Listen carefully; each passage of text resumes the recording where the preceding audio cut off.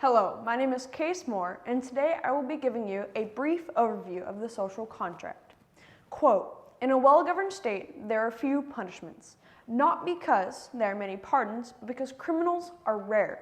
It is when a state is in decay that the multitude of crimes is a guarantee of impunity, end quote. Quote by Jean-Jacques Rousseau from The Social Contract.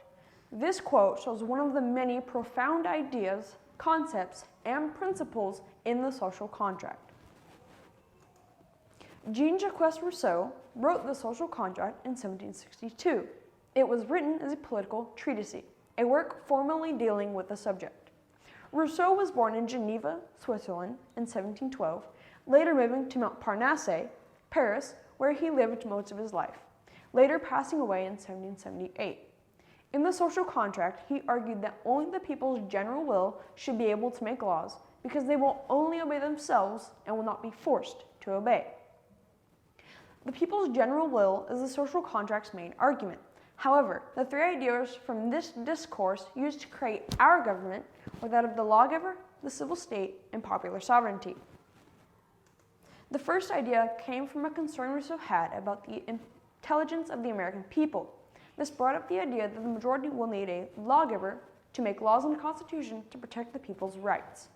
He also claimed that the lawgiver needed divine inspiration to conquer this daunting task.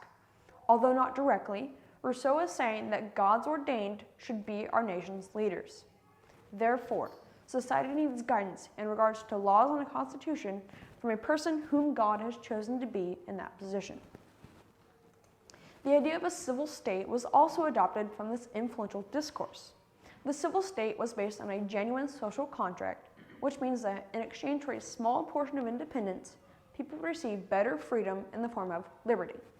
Natural rights, which are the rights that men have when they are born, will be traded for a small amount of restriction. However, civil rights, enforced by the laws and the government, would be received. Based on the social contract, the civil state would allow people to exchange natural rights that not everyone will respect to civil rights upheld by the law. The last concept from the social contract impacted Thomas Jefferson and James Madison, two influential men in the Constitution's writing. The concept is one of popular sovereignty of the people.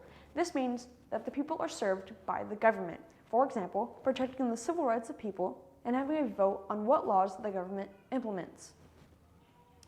However, one aspect of popular sovereignty that was not specified and that Thomas Jefferson and James Madison butted heads on was the fact that whether the government should be large or small.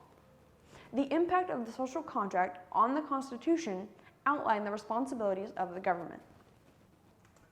In conclusion, the concept of the lawgivers, the civil state, and popular sovereignty were adopted from the social contract.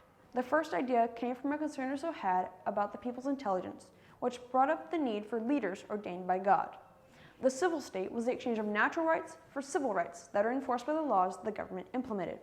Finally, Jefferson and Madison accepted the idea of popular sovereignty, which meant that the government should be created to serve the people. The social contract was a critical document that shaped the minds of the creators of our Constitution positively, with essential concepts pertaining to rights and sovereignty. Thank you.